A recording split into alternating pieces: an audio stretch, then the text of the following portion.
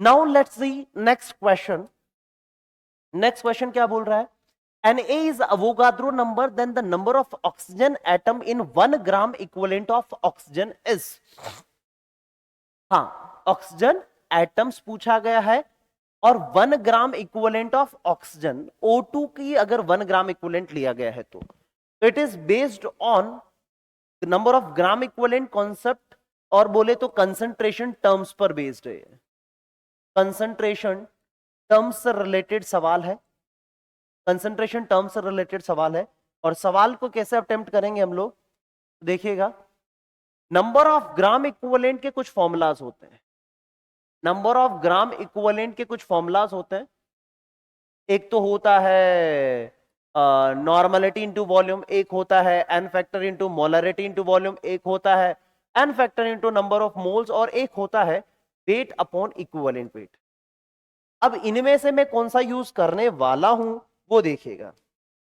हम यहां पर अपने को नंबर ऑफ ग्राम इक्विवेलेंट कितना दे रखा है, अपने को क्वेश्चन में दे रखा है, क्वेश्चन में दे रखा है देखो 1 ग्राम इक्विवेलेंट, यानी कि ग्राम इक्विवेलेंट 1 दे रखा है। और नंबर ऑफ ऑक्सीजन एटम्स, तो मोल मिल जाए तो एटम्स निकाल लेंगे।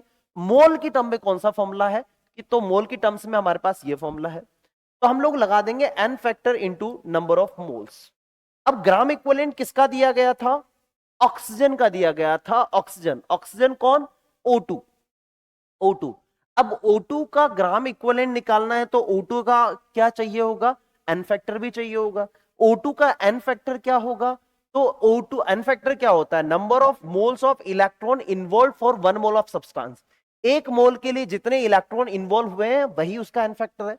तो मुझे बताइए O2 का एन फैक्टर कितना हो जाएगा अपने पास? 4। एक के लिए जितने इलेक्ट्रॉन है वही एन फैक्टर, तो एक O2 के लिए इलेक्ट्रॉन कितने? तो 4, तो एन फैक्टर हो गया इसका 4, तो इसका एन फैक्टर हो गया 4।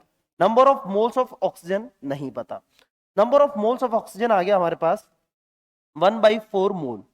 Number of moles of oxygen आ गया 1/4 मोल। अब ये क्वेश्चन क्या पूछ रहा है? ऑक्सीजन के मोल नहीं पूछ रहा, अपने ऑक्सीजन एटम्स पूछ रहा है, ठीक है। ऑक्सीजन के मोल इतना है, एक ऑक्सीजन में कितने एटम्स हैं? एक ऑक्सीजन में, एक O2 में कितने एटम्स हैं? एक में 2 एटम्स हैं, तो इसका मतलब 1/4 मोल ऑफ O2 बोलूं, या फिर मैं ये भी बोल सकता हूं एक में आपके पास 2 है तो 1/4 में कितने होंगे? और 1/4 इंटू 2, एक में 2 ऑक्सीजन एटम, तो 1/4 में कितने? तो 1/4 into 2 mole of oxygen atom.